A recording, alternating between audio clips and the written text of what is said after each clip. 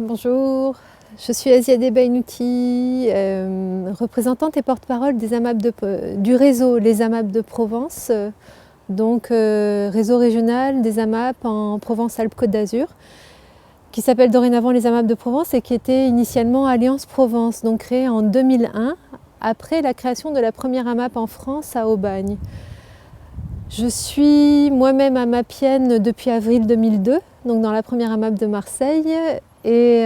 très investie au collectif de mon AMAP et ensuite au niveau du réseau lui-même, dans le soutien à l'agriculture périurbaine et aussi au lien social, humain, naturel, environnemental, tout ce qui est aussi de la convivialité dans les AMAP et dans ce projet qui est un projet de société, un projet d'avenir pour moi. Aujourd'hui, je participe à cette rencontre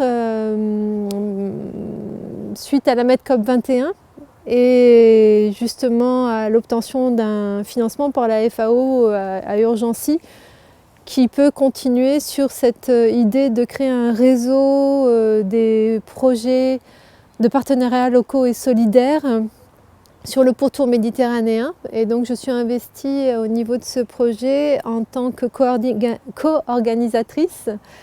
et à recevoir les gens ici à Marseille dans le cadre de cette rencontre. En fait, donc voilà, l'idée c'est ça a été au-delà de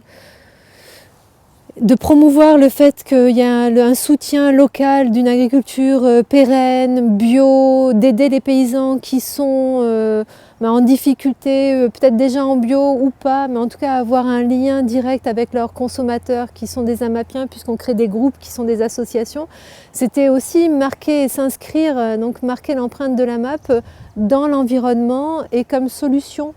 par rapport à tout ce dérèglement climatique. Donc effectivement, il y a beaucoup de controverses sur le fait que déplacer des amapiens pour venir chercher leur panier ou déplacer un paysan avec simplement 40 kg de patates et 40 kg de poireaux, au niveau de traces carbone, ça se discute. Mais en fait, si on prend la globalité de la chaîne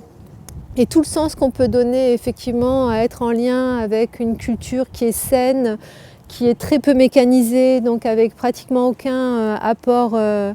d'énergie fossile, effectivement, du coup, on se rend compte combien on peut changer effectivement notre empreinte au niveau local et comment aussi on peut améliorer ce qui est essentiel dans cet avenir, c'est-à-dire le lien humain qui a été perdu aussi dans une agriculture trop industrielle et puis simplement sur l'industrialisation de notre société en termes généraux.